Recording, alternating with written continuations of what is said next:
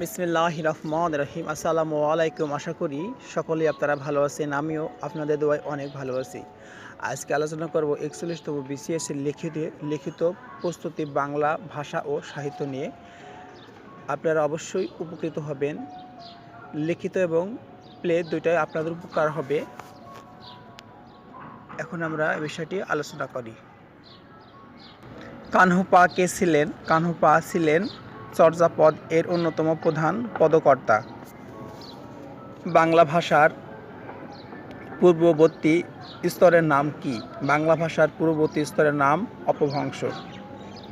বড়চণ্ডী দাসের কাব্যের নাম কি? শ্রীকৃষ্ণ কীর্তন। দৌলত উজির বাহরাম খানের কাব্যের নাম কি? লাইল মজনু। আলাওলের শ্রেষ্ঠ কাব্যের নাম কি? পদ্মাবতী। লালন শাহ লালন গীতির রচয়িতা। লালন গীত রচনা করেছেন মধুসূদন দত্তের কাব্যের নাম মেঘনাদ বধ। রবীন্দ্রনাথ ঠাকুর এর বলাকা কাব্যের প্রথম প্রকাশ কোন সালে? ১৯১৬ খ্রিস্টাব্দে। বাংলা ১৩২১ খ্রিস্টাব্দ। কাজী নজরুল ইসলাম বিদ্রোহী কবিতা কোন কাব্যের অন্তর্ভুক্ত? জীবনানন্দ দাশ। লাল সালু লেখক কে? সৈয়দ অলিউল্লাহ। জনপ্রিয় উপন্যাস কোনটি? প্রথম কোন মহিলা কবি রামায়ণ রচনা করেন? চন্দ্রাবতী। প্রথম মহিলা কবি হিসেবে রামায়ণ রচনা করেন অন্নদামঙ্গল। কার রচনা? ভারতচন্দ্র রায়গুণাকর। তবে অবশ্যই আপনাদের লিখিত পরীক্ষার যে নির্দেশনাগুলো আছে আপনারা অবশ্যই জানবেন, আপনারা অবশ্যই এটা শুনবেন, আপনারা অবশ্যই উপকৃত হবেন। যেমন বিসিএস লিখিত পরীক্ষার নম্বর প্রাপ্তি নিয়ে কিছু কথা বলি। প্রথম পত্র বাংলা ব্যাকরণ। আগের বছরের প্রশ্নগুলো গাইড বই নবম দশম শ্রেণীর বাংলা ব্যাকরণ হায়াত মাহমুদ ভাষা শিক্ষা ও সৌমিত্র শেখরের দর্পণ থেকে সিলেবাস এর টপিক অনুযায়ী পড়ে নিন। ৬টি বাক্য প্রবাদ প্রবচনের নিহিতার্থ প্রকাশ লেখার সময় নিজের মতো করে সহজ ভাষায় লিখুন। এটিতে উদাহরণ দেওয়ার দরকার নেই। এই অংশটা উত্তর করতে ৩০ মিনিটের বেশি সময় লাগার কথা না। সারমর্ম ২ থেকে ৩টি সহজ সুন্দর বিমূর্ত বাক্যে একটি লিখতে হবে। সময় লাগতে পারে ২০ মিনিট। এই অংশটির জন্য সাজেশন রেডি করে বিভিন্ন বই থেকে নোট করে পড়লে খুব ভালো হয়। ভাব সম্প্রসারণ। আগের বছরের প্রশ্নগুলো গাইড বই সৌমিত্র শেখরের দর্পণ বাংলাদেশের আর কলকাতার কিছু লেখকদের বই থেকে এই অংশটা দেখতে পারেন। খুবই প্রাসঙ্গিক ২০টি বাক্যে এটি লিখতে হয়। এই ২০টি বাক্যের সময় নিয়ে লিখুন। উদাহরণ আর উদ্ধৃতি দিয়ে দিতে পারেন। ভালো লাগুক আর না লাগুক ৩০ মিনিট। খেয়াল রাখবেন প্রত্যেকটি বাক্যের গাঁথনি যেন খুবই চমৎকার হয়। বাংলা ভাষা ও সাহিত্য বিষয়ক গ্রন্থের প্রশ্নের উত্তর আগের বছরের প্রশ্নগুলো খুব ভালোভাবে স্টাডি করে কি ধরনের প্রশ্ন হয় সেটা সম্পর্কে স্বচ্ছ ধারণা নিন। এরপর গাইড বই না নীল দীপাবলি মাহবুব আলমের বাংলা সাহিত্যের ইতিহাস এই বইগুলো থেকে বাদ দিয়ে পড়ুন। এই অংশটি সবার শেষে উত্তর করতে পারেন। উদ্ধৃতি ছাড়া অবশ্যই লিখবেন না। দ্বিতীয় পত্র অনুবাদ। এই অংশটি ইংরেজি পার্ট বি তেও আছে। মোট নম্বর ১৫, ২৫, ২৫ মোট ৬৫।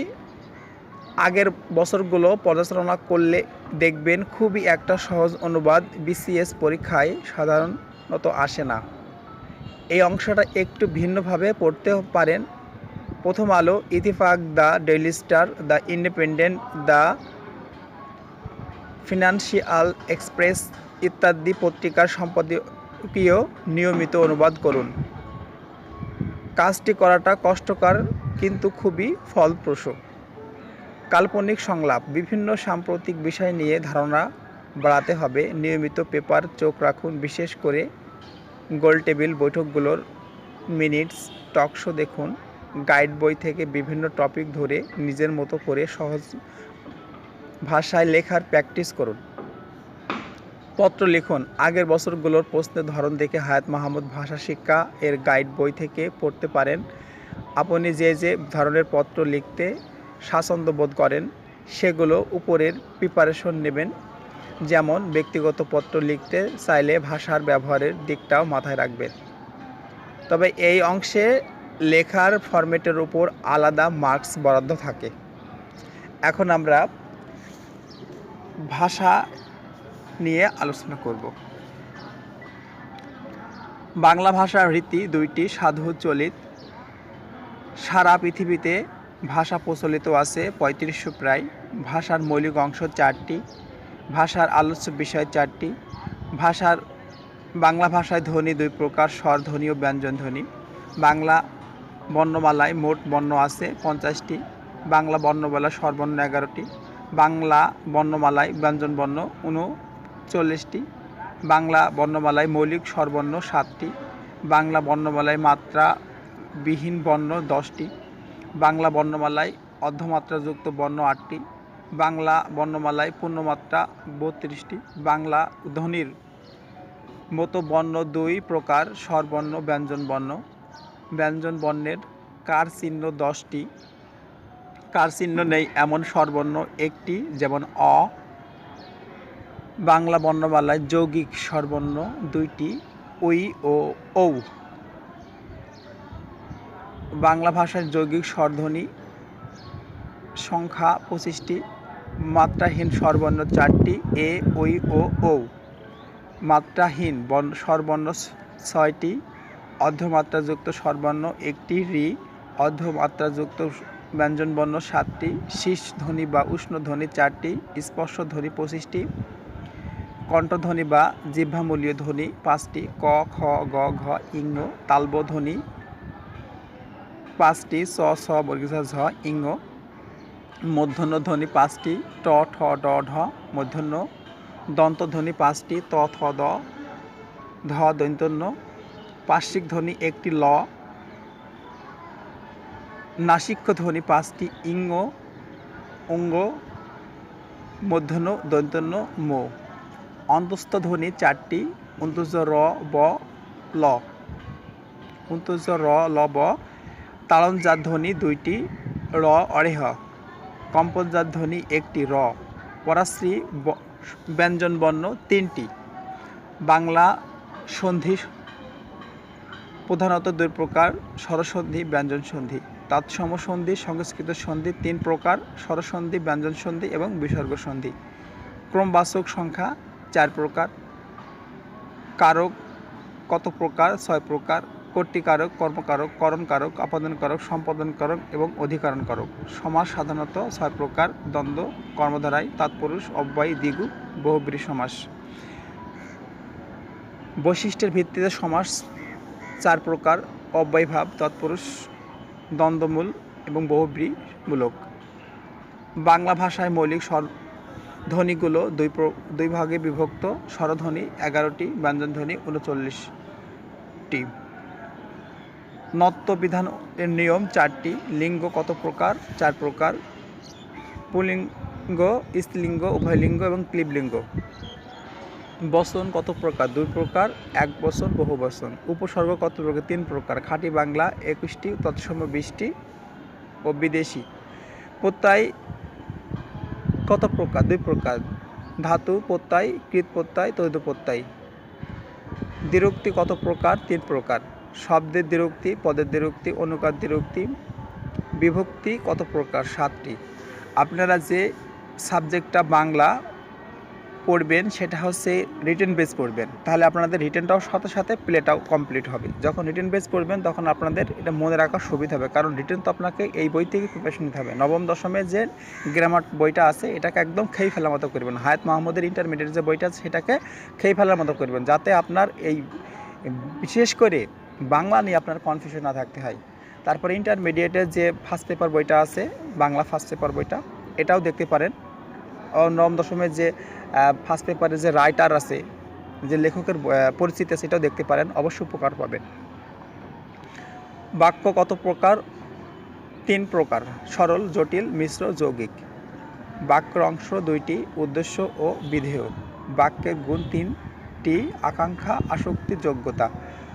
অর্থ অনুসারে বাক্য কত প্রকার? 5 প্রকার। উৎপত্তিগতভাবে শব্দ কত প্রকার? 5 প্রকার। তৎসম, অর্ধতৎসম, তদ্ভব, দেশি, বিদেশি।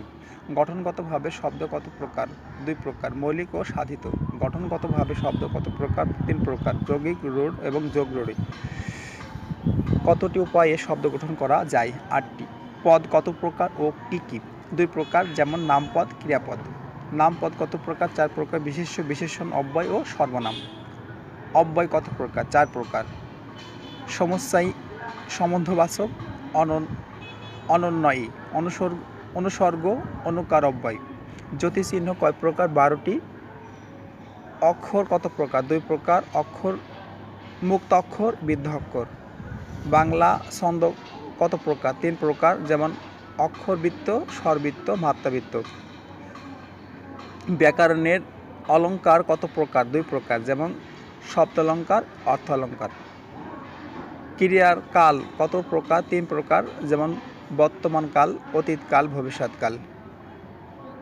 ক্রিয়ার ভাব কত প্রকার? 4 প্রকার: নির্দেশ, সাপেক্ষ, আকাঙ্ক্ষা, অনুজ্ঞা। সংখ্যাবাচক শব্দ কত প্রকার?